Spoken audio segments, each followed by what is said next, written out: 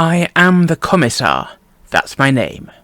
Forged alliance forever, that's the game. And who have we got with a claim to fame?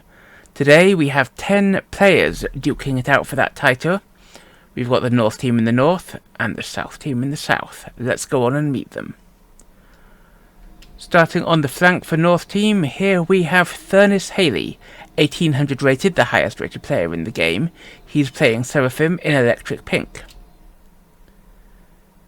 To his right, here's Kenny Lee 090. He's 1500 rated. He is Cybran and he's in fecal brown, for reasons best known to himself. At the back, in the air position, this is Zeldafanboy, who is 1400 rated. He is Cybran and he's in yellow.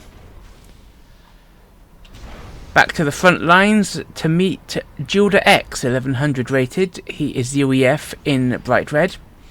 And last but not least, for the front team over in the pond position, here we can see Ayahuasca Dest, who is 1400 rated. He's Seraphim in grey.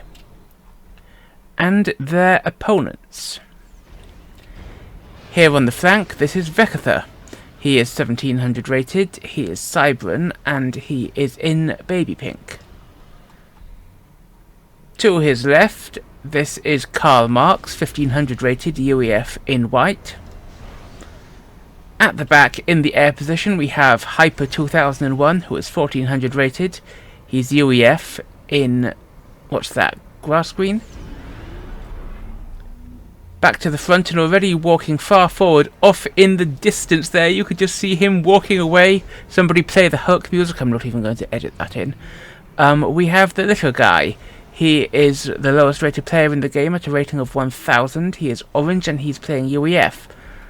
And last but not least, out on the other pond, we have Nightblood, who is 1500 rated in dark green, playing UEF. Quick look at the map. So, there are big patches of reclaim here, but they're all reasonably mirrored. I don't think there's going to be much competition for any of them.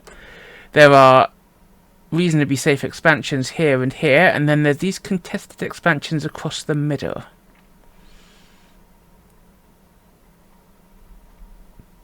Now, looks like Ayahuasca is going to be the first towards his contested expansion. Nightblood is doing the same past the pond, but he's going out a little slower.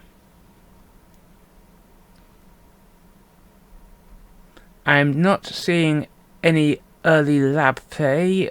Zelda has got out a nice and early scout there to get a quick look at what his foes are doing.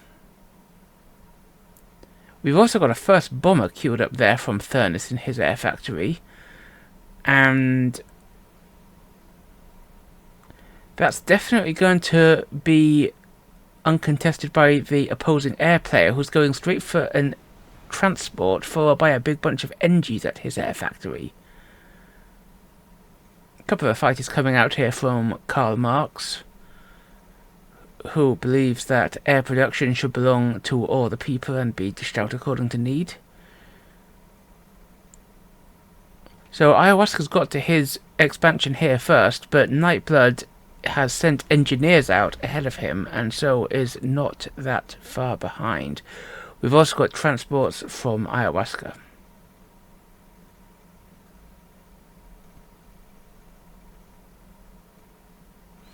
So there's Thurnis' first bomber taking off. We'll see if it gets anything done. NG also coming out on a transport from Zelda, so both the air players going to send boys out for the reclaim, and he looks like he wants to pick up a lot of stuff over here. Was he trying to go for that first and then saw Kenny was going for it? Either way, he's going to land on this plateau, which has 2 mexes on, so he's not going for reclaim, he's going for those early mexes.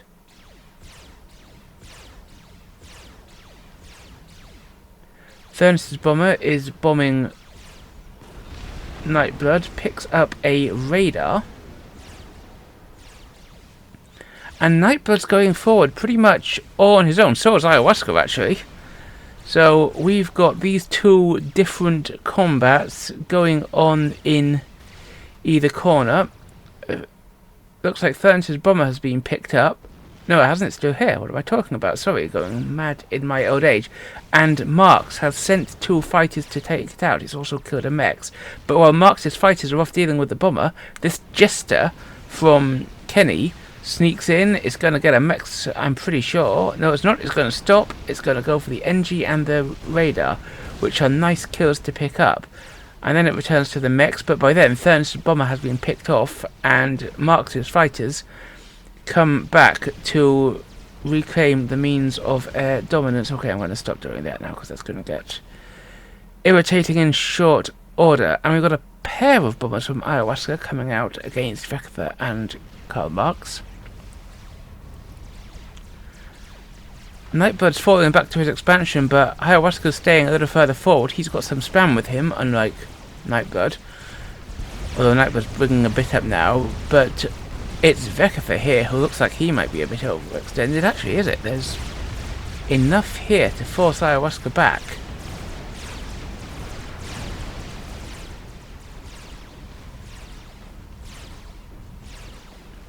And Little Guy is sending up a raid towards Kenny's expanding engineers here, but he's just going to run into Zelda's comm, who's come all the way forward here. Bomber from Kenny comes out but gets picked up by Karl Marx's fighters, and meanwhile we have both Thurnis and Ayahuasca engaging Nightblood and Weckethr. Nightblood and Thurnis look like they're going to be fine for a while, so let's have a quick look at these guys who are both into the yellow. They have reasonable amounts of spam supporting them from each side. Weckethr's got a bit more spam, but Ayahuasca's got these bombers.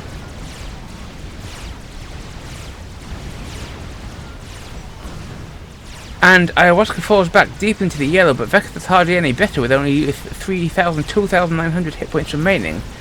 And Ayahuasca is falling back. He's got engineers here who might die to these tanks and do, but he's got a point defense to fall back to. He's got these dudes coming out, and Thurnis and Nightblood have separated without any great deal of shenaniganry. Now, Little Guy is attacking here, and he might clean up this expansion of Kenny's, which is unsupported. But this is also interesting. This is Mark sending a raid in to clear some of these mechs quite close to Judah's base. And here he goes getting mechs. I think there's a T2 one there, which would be a good prize for him to pick up, especially at this early stage in the game. But looks like we might have to go to split screen to track these two, so let's do just that. On the left here, we have Little Guy. There's quite a lot of tanks coming down from Kenny, and Thurnis has sent a wave to help out.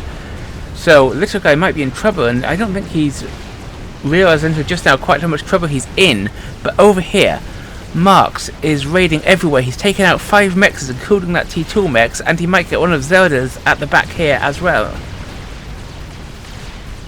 Little Guy not actually being focused by the enemy forces, and Kenny though is now surrounding him, and Little Guy looks like he's in a bit of trouble. Nightblood's got some stuff coming down, and that's caused Thurnis to draw away, which means that Little Guy is only facing Kenny. One more mechs for Zelda taken out, and it looks like another's about to fall, so that's 2 more mechs. So this is an amazing raid from Marx.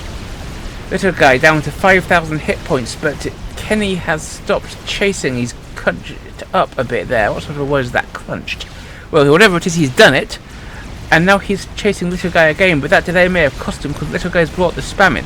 However, Marx has also brought a raid up through here, and he's smashing into Ayahuasca's base as well. 1, 2, 3, 4, 5 more mechs is taken out there. 2 more taken out there by these guys, and there's a T2 mech, but that's being guarded by a point defense. Little Guy has got down to 4,000 hit points and is retreating. You think he's going to be okay now. He's brought in a decent amount of support there, and that'll clean up Kenny's remaining units. Meanwhile, Ayahuasca has got point defenses, he's got tanks, but look at that. That was 1, 2, 3, 4, 5, 6, 7, 8, 9, 10, 11, 12, 13, 14 mechs is cleared up. That was an amazing attack from Karl Marx. And at least a couple of them were T2, but it's time to go back to single screen. Now we're going to have a quick look at Zelda, having got a raid past here and got a little bit of stuff, but Marks and Little Guy will easily deal with that. But here is what we need to worry about. Look at this. Nightblood. Nightblood is being forced back to the water by Thurnis's spam, which can just run past him and take his base. Nightblood is into the red with just 2600 hit points. He's close to a vet and he's going to need it, because look at that, 1500 hit points. He tries to pop out of the water, but there's enough of Thurnis's spam there to hold him back. 900 hit points, 800. He gets the vet though, and that's going to save him, but it's not going to save much of his base. He's got a PD up to defend, but there's artillery in here which can deal with that, and so he's forced out of the water again.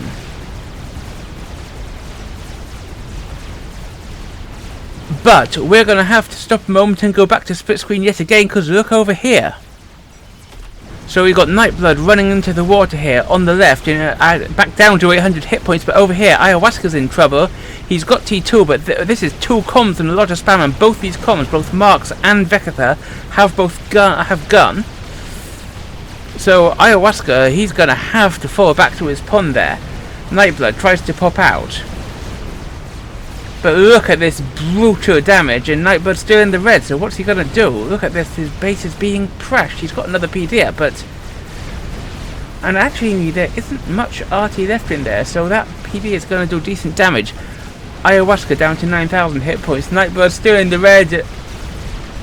Thurnis is still remessing here, so Nightblood's got a chance to come on down and fight some of this, but he's still very badly damaged.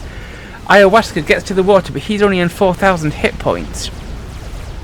And Weckethr's spam is easily going to clear this up. Meanwhile, Karl Marx is heading around this way to try and cut him off. Nightblood, still only on 2,000-ish hit points, comes down towards Thurnis's spam.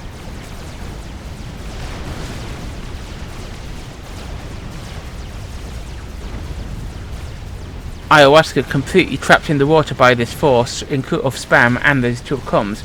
And Nightblood engages again. And we've got a broadsword out from Hyper. Now a quick look over here reveals that we do have T3 Air and a T3 PJ, but nothing actually produced yet for Zelda, so that broadsword is going uncontested as Nightblood comes around. But that's a big army with Ilshis now in the mix coming down from Thurnis. So Nightblood's gonna have to be very careful. He's still in the red. 2 broadswords now from Hyper. Ayahuasca has retreated to the other side of the water, and he's using his T2 engineering suite to put up a point defense. He's also got engineers putting up point defenses further back in his base. Will that be enough though? Because that's an awful lot of spam here coming down from Weckethr. There were both the comms here have backed off, and Nightblood comes forward to engage. And engage he does. He's still in the red though. Point defense is going up, and this is mostly, if not all, T1 from Weckethr. There are a few bombers in there, but there's fighters from Ayahuasca defending. And Nightblood continues to take pot shots. He's a little bit away from his next rank of vet though, so he's got to be careful if the Ilshis mass him. And Ayahuasca's base is being flooded by Weckethr spam. There's T2 point defense, but it's not quite enough T2 point defense. However, Judahx has sent a large contingent to fight. And Nightblood is in there and fighting, but the Ilshis have seen him, and the Ilshis descend upon him, and there's a decent number of Ilshis.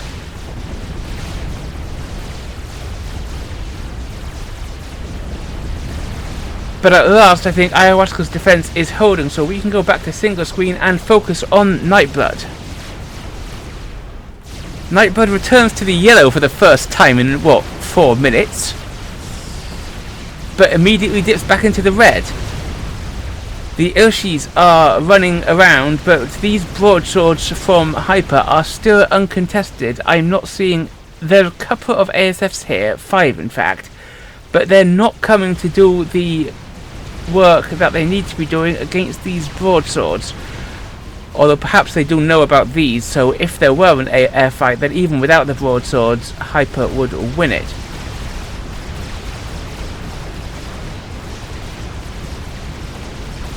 And I think with the broadswords that Nightblood will survive this despite the Ilshis. There's only 2 more left and they're being picked up quite fast.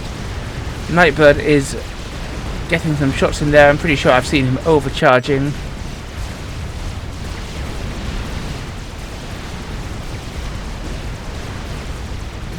And he gets another veterancy and he's going to be okay. That was pretty tense, wasn't it, my dudes?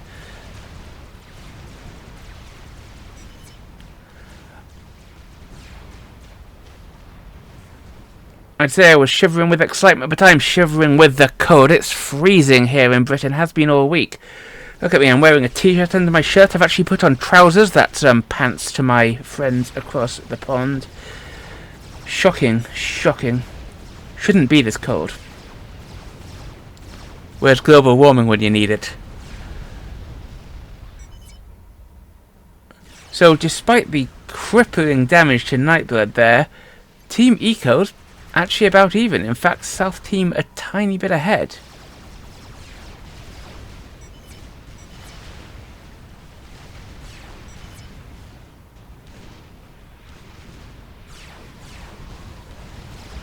Nightblood getting the gun. So he had that entire fight. Nightblood was naked. Sure, he's got 4 vets, but he was naked.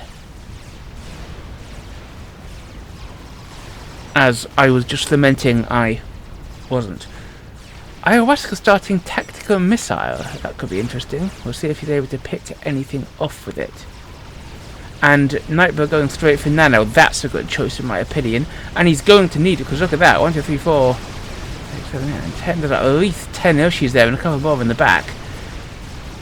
Nightblood's going to be able to finish nano. He's got a decent amount of resistance and only a few seconds left. But I would still be afraid for him. However, the little guy already has gun and nano and a decent force of T2. And in combination, these 2 guys should be able to defend. Although Nightblood's still got a lot of work to do actually retaking the base rather than merely defending his position.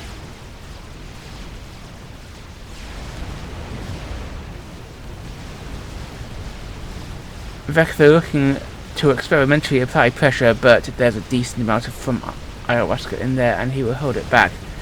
Nightblood is being pushed back, but his comms holding out well with that gun and nano. The little guy's comm coming in here. Mark's also sending a large force of pillars to cut off this army, and with these forces combined, Thurnis looks like he's going to be driven back. Nightblood's got his 5th vet. Little guy pushing in there, and this feels like a successful defense, albeit quite a last minute one. That's what, 1, 2, 3, 4, 5, 6 mexes, 7 mexes dead for Nightblood, and again broadsword support from Hyper. Though he's got to worry, there's a decent amount of anti-air in there. He kills 1 flak, he kills an AA. That should be enough, but there's another flak there to worry about.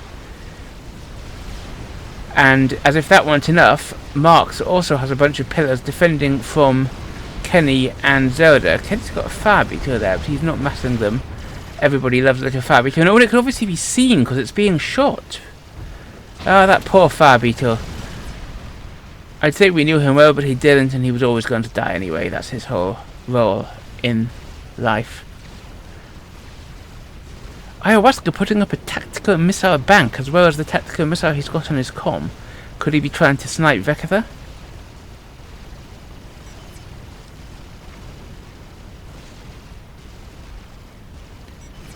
And Marks, confident that these 2 comms plus little guy spam can hold back Thurnis, is bringing his whole force back in mid against Kenny, and Kenny's got a few rhinos in there, but not enough to stop this. That's a huge force from Marks, and Marks could be able to do a decent amount of damage with it.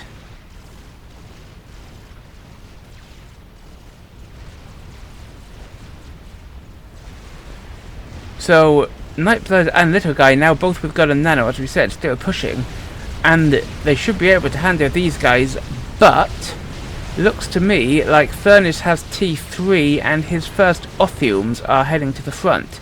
He falls back and regroups a bit. Is he trying, because there's more coming out here, is he trying to bait this pair into a trap? Ayahuasca's put up a naval yard here, and he's going for T2 on it. So he could be looking to do cruiser bombardment damage against Thurnis, though he might be wise to get us to destroyer first, just to clear this up. The terrain is lovely and flat, so several destroyers won't be too crippled here by their beam weapons. Now this I consider a little bit unwise. Sure, they've both got gun and nano, but that's a lot of army with some T3 mixed in there. And if they go too far forward, they could be in danger. Now, look at this. Judah has got stealth filled up, he's got a shield up, and he's building a stealth tactical missile battery with 12 planned missiles launchers in there. But he'll have to use them soon because we've got our first XP up. Weckethr has a Monkey Lord, which is stomping forward here.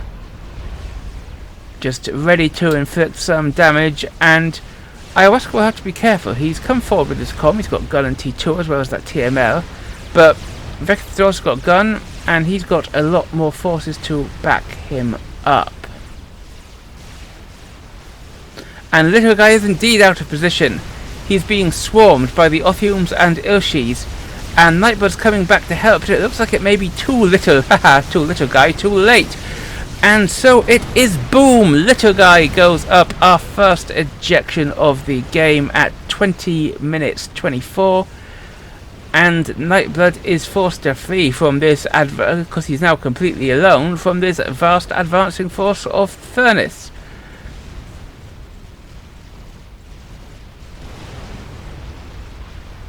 And here comes Marks in with that big force of T2, and he's got a lot of damage done.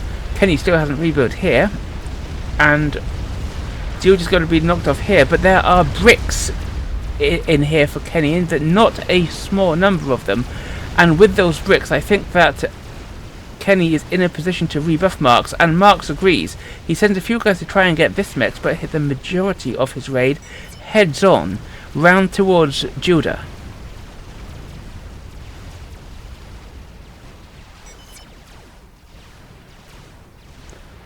And the monkey has reached Ayahuasca, who has run into the water. There are destroyers here, and he's building a lot of torpedoes, and the monkey, this is quite a deep pool, so the monkey has to go underwater there, can't fire out. And meanwhile, Hyper is starting a nuke. But here, we have Marks pushing in with that entire force that's been diverted against Judah. And we've also got this monkey here, but watch this. The TML bank launches as Kenny finishes a monkey up there. But I think it's going for a snipe.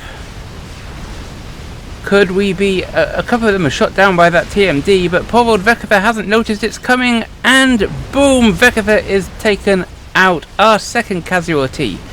The monkey pops out the water here, but Marks' raid is also pushing in here. It's being rebuffed by Titans though, and Judah's comm, albeit naked. I think there's enough Titans to stop that, but let's have a look at the monkey, which is killed by vast heaps of point defense fire and destroyer fire from Ayahuasca. So let's have a quick look what's here. But so Thurnis is pushing Nightblood, and Nightblood is being forced back into his base. Again, the TMOs fire, and he's trying to snipe Marks. But Nightblood is taking damage. Let's have a quick look at Marks. The missiles hit. Boom! They take him down into the red, but it's not enough, and he starts moving.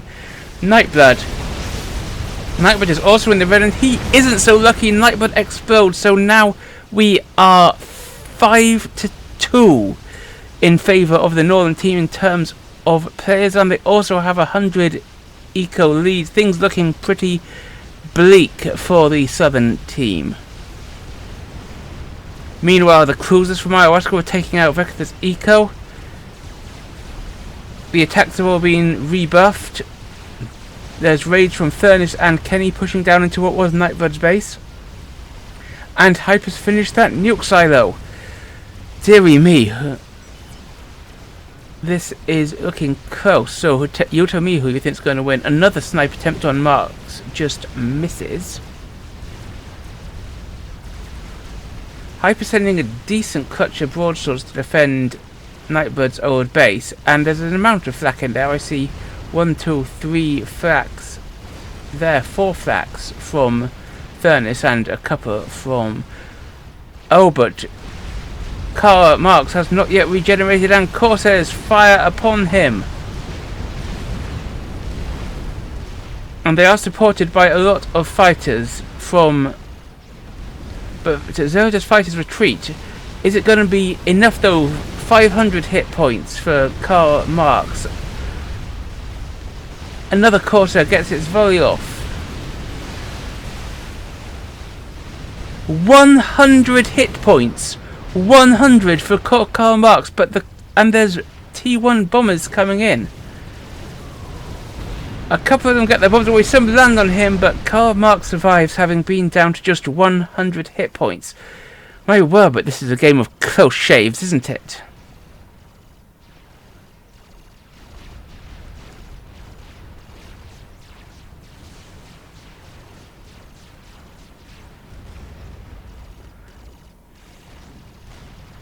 Kenny's monkey is lying in wait, and Judah's pushing into the middle with a decent force of Titans, and there's not much that Marx has to stop it down here.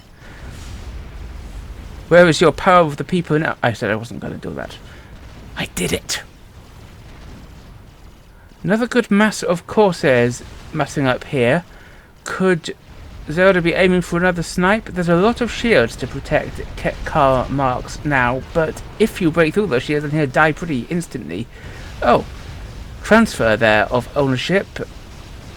Judah has given his Titans to Thurnis so that he can micro his Corsairs by the look of it, and Hyper's got a fat boy up and running.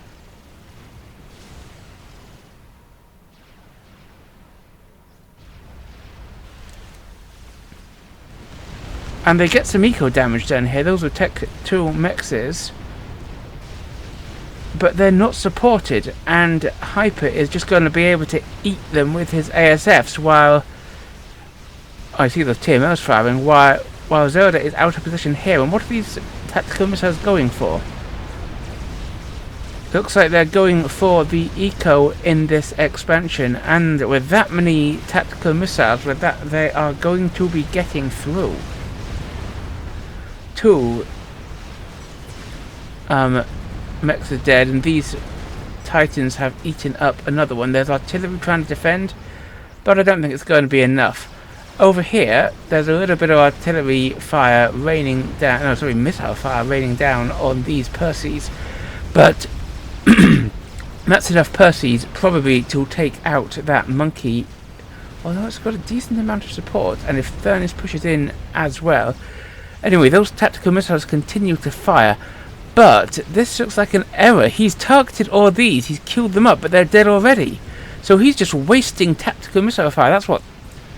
8 tactical missile rounds of 7 things each? That's 10,000 mass he's firing in tactical missiles, and all it's killed is 4 T2 mexes and 1 T1 factory.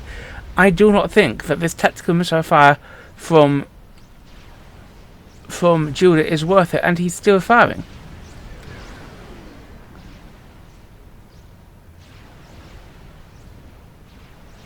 Hyper's given his fatty over to Marx there, so that's what that notification is, I think.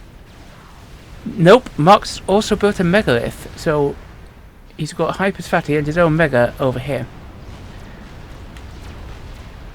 Another wasted shot out from those TMLs. Thurnis consolidates. So we have the mega coming forward, we have the fatty still positioned defensively.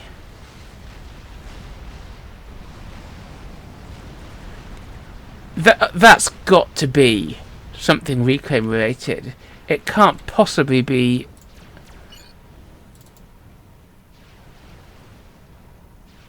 Okay, Kenny's just got 500 mass per tick. Holy cow. So the North team, as well as being 5 players to 3, have a 700 mass lead. So this is around the time I traditionally ask you who's going to win. Well, why don't you tell me in the comments below? North team 5 players, South team 2, North team 700 mass lead, but Hyper's got a nuke nearly loaded. They've got a fatty and a mega, and that mega has 30 something bricks, and the nuke fires. Well, go on quickly, tell me who's going to win. You won't, you will know if you cheat, even if I don't. Now, where's that nuke going? Looks like it's going for Ayahuasca, and he does not have a nuke defense. Good scouting, I guess, because Thurnis has a nuke defense, but it's not loaded. Kenny has a nuke defense, I think I saw. But right now, we'll check if Kenny has a nuke defense in a moment. What I'm more interested in is this nuke, which is about to descend upon poor old Ayahuasca's base. Boom! Look at that. Nuclear fire raining down on poor old Ayahuasca. Does Kenny have SMD? He does, and it's loaded. So that's some good positioning for the nuke from Hyper.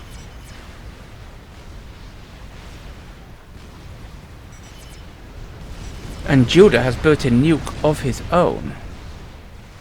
But that's quite a far forward position for a nuke. That feels dangerous, especially with this pushing forward. Look at that. That is not a force to be underestimated.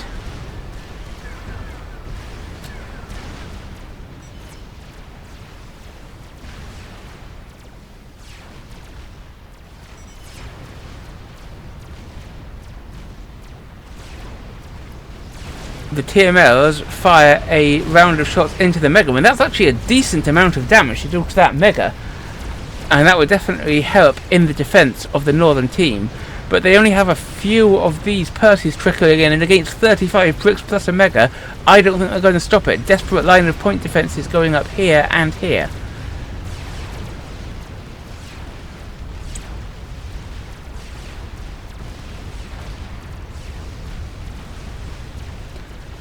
And as if this push wasn't enough, the fatty is advancing here with, how many is that?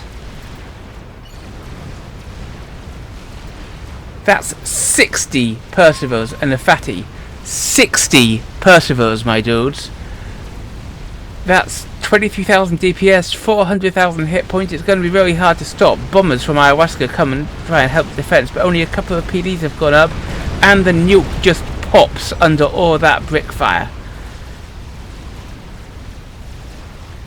Looks like both Zelda and Judah have their comms in quite dangerous positions given this approaching force. But there's a better defense over here against the fatty and the bricks. We've got a monkey and several bricks from Kenny and a couple of fire beaters in there for fun, and we've got a huge force of T3 shielding, Othilms, Ilshis coming in from Thurnis. But this push is doing so much damage, I think it's time to go to split screen and follow these two different battles.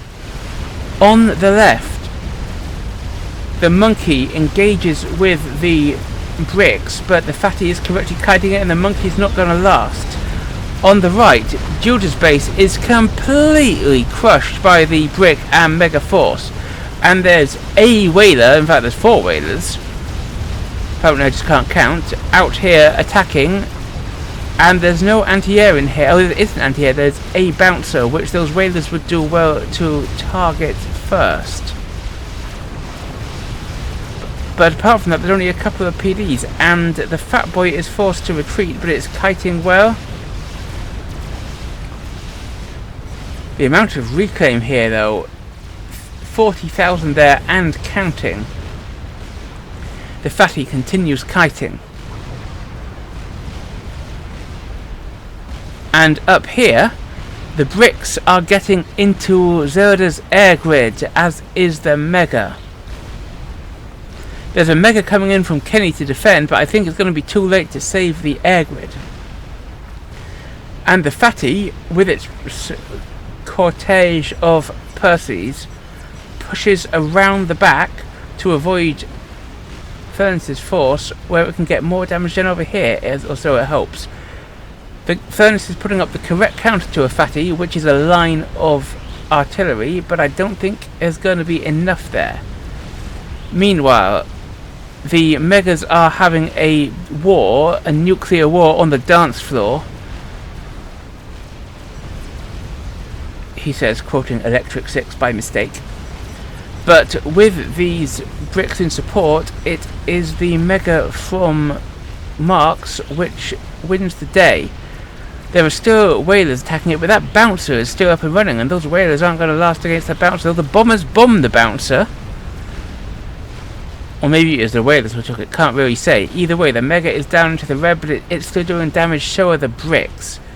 And the vast force of Percys over here, supported by the Fatboy, is pushing in. The Fatboy's shields are still up because there just isn't enough arty yet, and it's within range of the arty battery from Thurnis. There is a Mega back here, but the Fatboy will outrange the Mega. Over here, the egg was being completely trashed, and this force is going around unopposed, with Hyper's air now coming to support, so that is a big win on that side for the southern team. Let's go back to single screen. The Fatboy is now supported by a wave of broadswords from Hyper, as well as his ASFs, but the broadswords are just going over here because Judah's standing there doing nothing, and what can Judah do against those broadswords? The answer is nothing. He dies. And rather than take the air fight, Zelda backs away. He's got to be careful with his fighters because he isn't going to be making any more. And Zelda is starting the laser in the last-ditch desperate thing that every Cybran's going to do when they're on the back foot. A few of the bricks make it towards Kenny's base, but Kenny's got a Mega in defense. I don't think those bricks are going to survive that Mega, but that Mega over here means it's not over here, and the broadswords come for Thurnis, but this time it is Hyper whose air is out of position, and Zelda's remaining ASFs are able to eat the broadswords basically for free. No losses there for him, and Hyper is forced to turn his air back, but meanwhile Zelda has been pushing in with Percys from the other side, so a pincer movement converges on Thurnis, and Thurnis's actual army is out of position between the two and up front when it needs to be further back. A chicken comes out from Thurnis and tries to take on the Percys, but the Percys are a great counter to chickens, as our friends were asking in the comments recently. How do you counter a chicken? Well, look at this. The Percys fire and boom, the chicken's dead. You barely needed any help from that fatty. Another one is nearly ready, but that'll probably be needed to stop these Percys. Now, Percys are slow, and these Othiums and Ilshis are catching them up, so I reckon that this force can be stopped, and at last the Mega is here to counter, but that fatty's still there. Its shields have gone down, but that fatty is still there. It outranges the Mega, and maybe two Megas would be enough, because Kenny is here with two Megas fighting back against these bricks, and this fatty feels like it's quite poorly positioned here, and of course Zelda now going for the teleporter.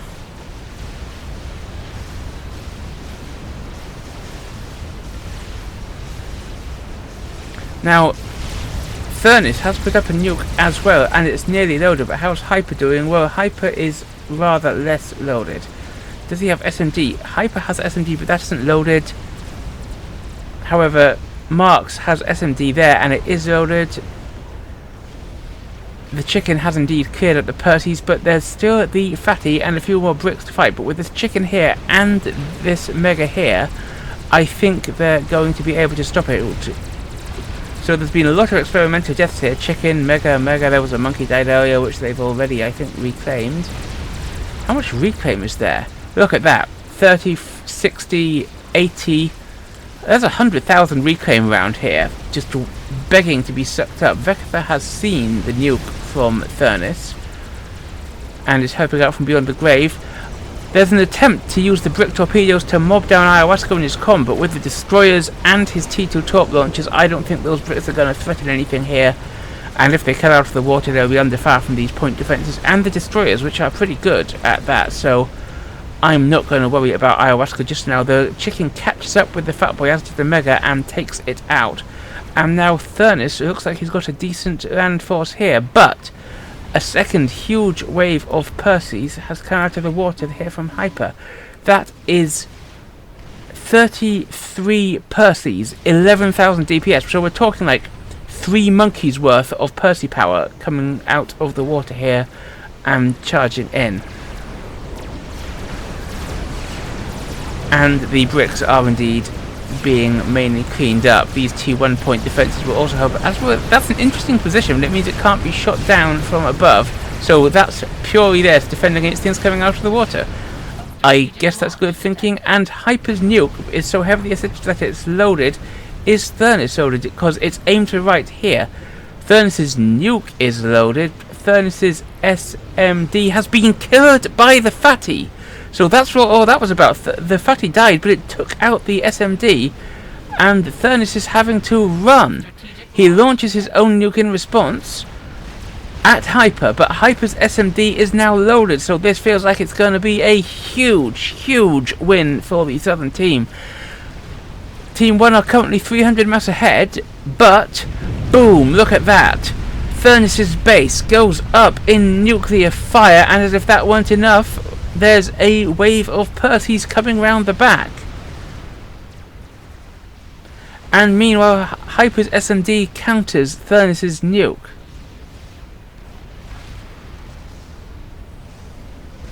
And the teleport goes off. It's into the back of Zelda's space, trying to clean up his nuke, because he looks like he's targeting the nuke first, but he's teleported in a bad position in between the shields, and there are strats, and the strats just blow up.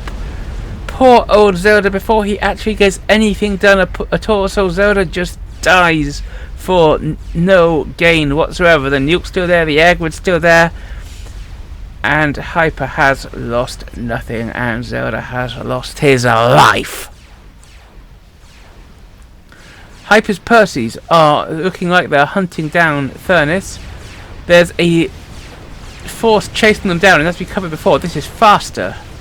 A ping suggests that they know where Thurnis is, and the chicken is also coming back to defend, and it might be able to cut them off if it's lucky. This line of PDs is also hurting the Percies, but there's just so many of them.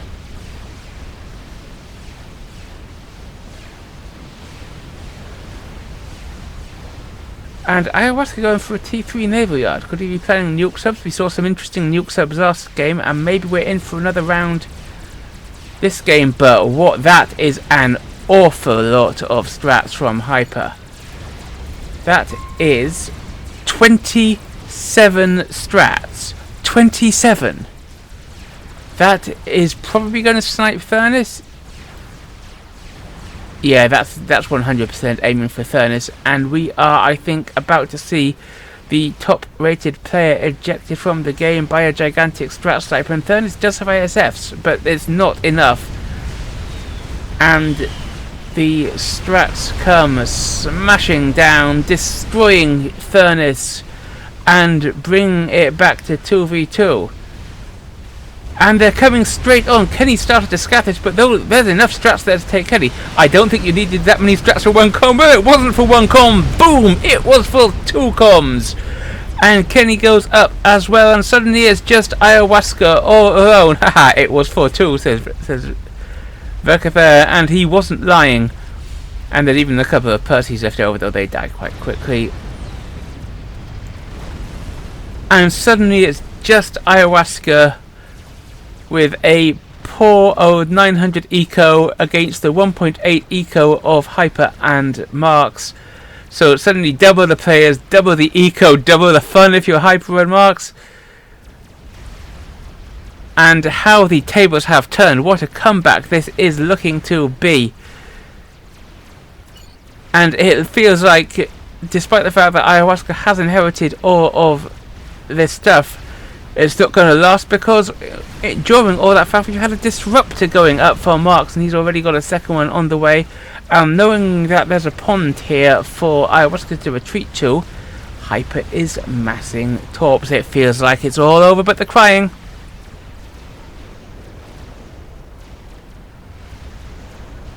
And look at this, he's just being destroyed all across the map. There's a fat boy coming forward, backed up by another horde of Perseverers. The Disruptor is raining fire down upon the base that used to belong to Thurnis.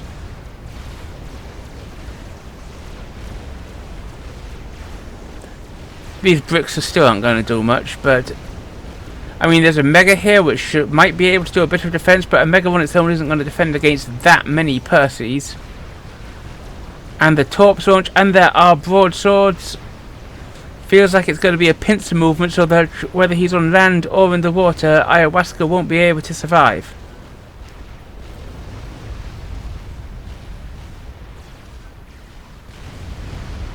Could be a three-way pincer movement between land, water and nuke. Strategic launch detected. And Hyper agrees and places the nuke perfectly, in my opinion, to catch Ayahuasca whichever way he tries to flee. And he does move towards it. I think this might catch him out.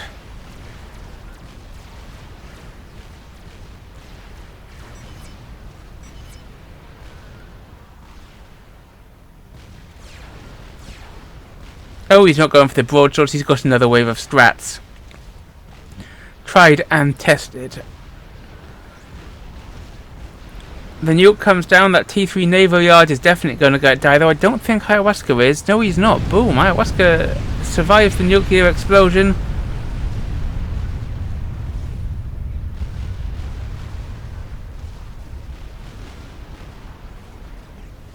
But where's the follow-up? Ah, they don't know where his comm is, so they're sending a bunch of scouts over. Well, now they know. And immediately the strats launch for him. Meanwhile, the Fat Boy and Percy's are pushing forward, but I don't think Ayahuasca's got eyes to handle the situation over there right now. What situation? He says that situation, the situation of a bunch of strats coming in. Does he know about it? I don't know, and I'm not going to look because I think we have to check this out. They fly overhead and they actually attack. He dodges.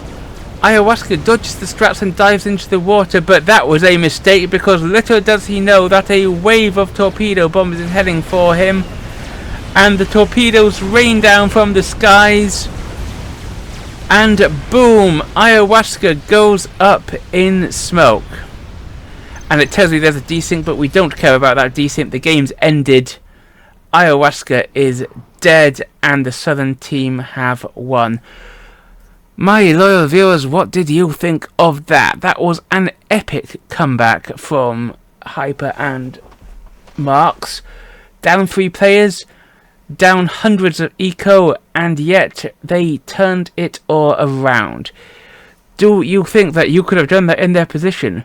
And for later in the game, do you think that Thurnis could have come back from the nuclear holocaust he suffered? Tell me in the comments below. While you're down there, please don't forget to like, subscribe and obey. I am the Commissar, and I will see you next time.